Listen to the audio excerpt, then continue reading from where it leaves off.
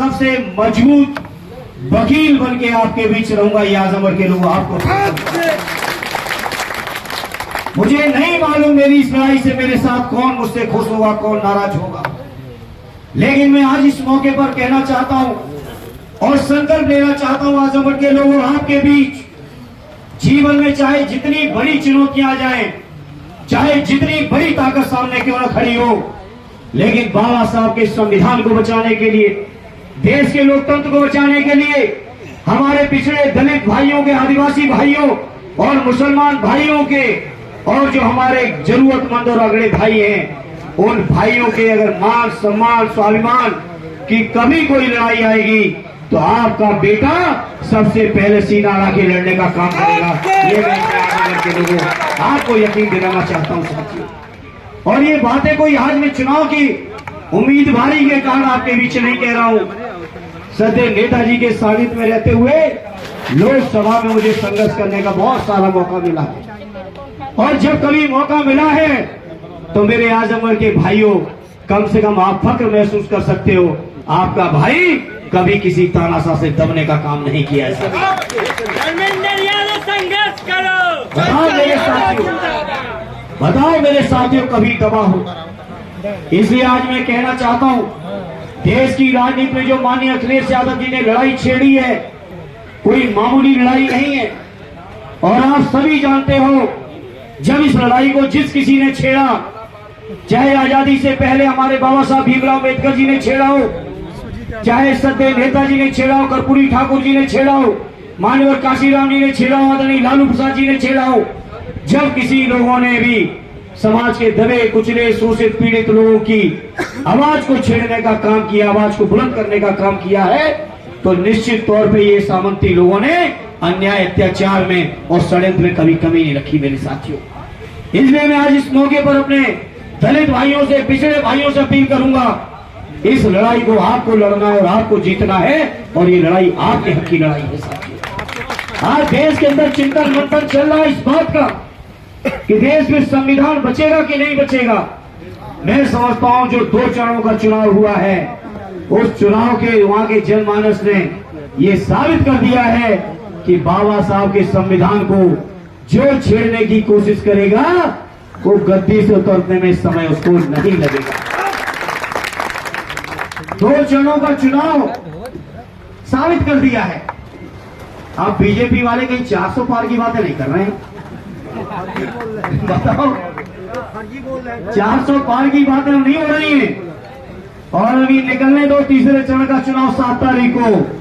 ये 400 पार छोड़ो, ये 200 के नीचे ना आ जाए तब आपसे बात करेंगे साथियों। क्योंकि आज देश का, प्रदेश का, समाज के जिम्मेदार लोग, गरीब लोग, दलित लोग, पिछड़े लोग, पीड़ित लोग सब एक मंच पे खड़े होके आदरणीय अखिलेश यादव जी और इंडिया गठबंधन के नेतृत्व को दिल से स्वीकार कर चुके हैं मेरे साथियों। और ये आजमगढ़ तो इस सामाजिक न्याय के आंदोलन की सबसे पहली उर्वरक सरजमी रही है ये। तो मैं आजमगढ़ के आपके बीच में, आपके बुजुर्गों, नौजवान साथियों, आपसे कहूंगा कि जब ये लड़ाई पूरा देश लड़ रहा हो तो आजमगढ़ के लोगों तो इस लड़ाई को इतनी मजबूती से लड़ देना कि भविष्य में कभी बीजेपी का आता पता इस इलाके में न चल पाए। बताओ लड़ोगे कि नहीं लड़ोगे साथ? मजबूती से लड़ोगे? बाबा साहब के संविधान को कभी खत्म होते देख पाओगे? और जिस दिन संविधान खत्म हो गया, ये जो मीडिया के साथ ही बीजेपी को बहुत निभाते हैं, मैंने तो कई मौकों पे कहा है, अभी 4था स्तंभ बचे हो, अगर संविधान खत्म हो गया तो आपका भी स्तंभ फिर पता नहीं चलेगा। इसलिए समझ जाओ अभी भी, और बीजेपी की गलत चीजों को दिखाना और सच्चाई जनता को बताना शुरू कर दो साथियों। आप सोचो हम लोग के खिलाफ कितने षड्यंत्र, जब यही वैक्सीन का मामला आदरणीय राष्ट्रीय अध्यक्ष जी ने उस समय उठाया था और कहा था कि ये बीजेपी की वैक्सीन है, तब सोचो कितनी आलोचना लोगों ने की, विपक्ष से लेके मीडिया के लोगों ने, घंटों घंटों चैनलों पे डिबेट हो रही थी। आज बताओ चैनलों पे डिबेट करने वाले और भाजपा के लोगों, जबरदस्ती आपने वैक्सीन ठुकवा दी क्योंकि उस कंपनी से आपने चंदा ले रखा था। अब किसी से देश में छुपा नहीं साथियों। और चंदे के चक्कर में आपने ये भी चिंता नहीं की कितने परिवारों के दीपक बुझ जाएंगे। 18, 20, 22, 25 साल के नौजवान आज हार्ट अटैक हो रहे हैं। आप सोचो। तब मैं आज इस मौके पर कहना चाहता हूं, ये बीजेपी के लोग अपने स्वार्थ में कभी भी किसी की जान भी लेने से नहीं चूकते हैं। मेरे साथियों, नहीं चूक रहे। सामने उदाहरण, वैक्सीन के बारे में हाईकोर्ट में उस कंपनी ने कह दिया कि हार्ट अटैक हो सकते हैं, और यही बात राष्ट्रीय अध्यक्ष जी ने कही थी, तो राष्ट्रीय अध्यक्ष जी की कितनी आलोचना की थी लोगों ने। सोचो मेरे साथियों, मुद्दे बहुत गंभीर हैं, देश के सामने गंभीर चुनौती है, और ये मान के चलना मेरे भाइयों, अगर बीजेपी के चुनाव में नहीं हटा दिया तो फिर देश के अंदर कौन सी व्यवस्था होगी, इस बात का अंदाज हम और आप लगा नहीं सकते हो। बड़ी बात नहीं गुलामी के रास्ते पे ले जाए। हमारे आसपास के देशों के उदाहरण हैं, जिन देशों में तानाशाही चल रही है। हमारे देश के प्रधानमंत्री बहुत दौरे करते हैं उन देशों के, और उसी तरह की व्यवस्था हमारे हिंदुस्तान में बनाना चाहते हैं, और व्यवस्था बनाना चाहते हैं। इसीलिए बीजेपी वाले कह रहे थे अब की बार 400 पार। 400 पार क्यों चाहिए? क्योंकि संविधान के परिवर्तन के लिए, संविधान की बुनियाद को खत्म करने के लिए 2/3 से ज्यादा बहुमत की जरूरत है। तो मेरे भाइयों, आजमगढ़ के लोगों, देश के लोगों ने जो शुरुआत कर दी है बीजेपी को हटाने की, आजमगढ़ आते आते तो बीजेपी को आप लोग एकदम पटरा कर देना। इतने बड़े वोटों से बड़े भाई आदरणीय दरोगा जी को भी जिता देना, और मुझे भी अपना आशीर्वाद दे देना। ये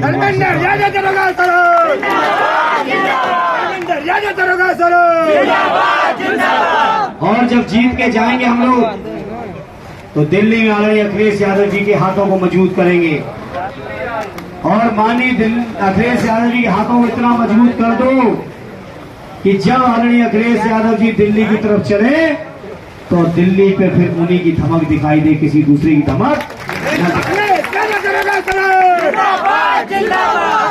साथियों,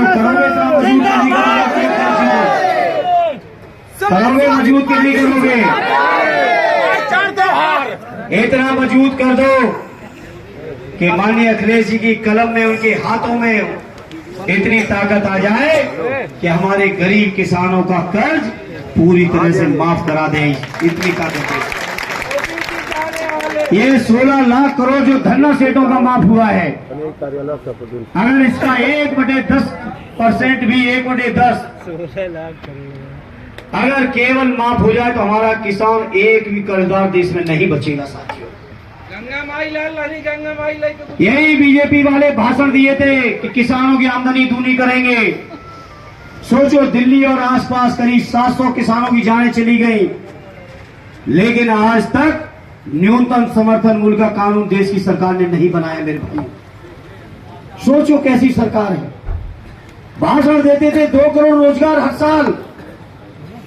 मीडिया के लोगों, आप सवाल नहीं कर पाओगे, करोगे भी तो आपके बड़े लोग आपकी नौकरी में खतरे में डाल देंगे, क्योंकि हमें एहसास है कि एक ग्रुप का 5-5 हजार करोड़ माफ किया है मोदी जी ने। एक मीडिया ग्रुप का 5-5 हजार करोड़ माफ किया है साथियों। इसलिए मैं आज इस मौके पर कहना चाहता हूं, बीजेपी के लोग बहुत लंबी भाषण देते हैं और गरीब भाइयों को कहते हैं हमने 80 करोड़ लोगों को अनाज दे रहे हैं। अनाज तो पुरानी मनमोहन सिंह जी की सरकार भी दे रही थी, क्या नहीं दे रही थी? दे रही। लेकिन सोचो, हमने दूसरी बात कही, हालांकि मीडिया के लोग नहीं कहेंगे। कार्यकर्ता साथियों, अगर आप लोगों ने जनता के बीच एक बात कही कि मोदी जी ने 14 में वादा किया था 2 करोड़ रोजगार हर साल, अगर 20 करोड़ लोगों को रोजगार दे दिया होता तो एक रोजगार पाने वाला व्यक्ति अपने परिवार के 4 लोगों का भरण पोषण कर लेता कि नहीं कर लेता, बता दो। तो आपको 80 करोड़ लोगों को राशन देने की जरूरत नहीं पड़ती, बल्कि सम्मान और स्वाभिमान के साथ वो अपने परिवार की मेहनत की दम पर खाना पीना खा रहे होते, किसी की जरूरत उन्हें नहीं पड़ती। बताओ, पड़ती? फिर 20 करोड़ रोजगार मिले थे तो बताओ, राशन की जरूरत थी फिर किसी परिवार को?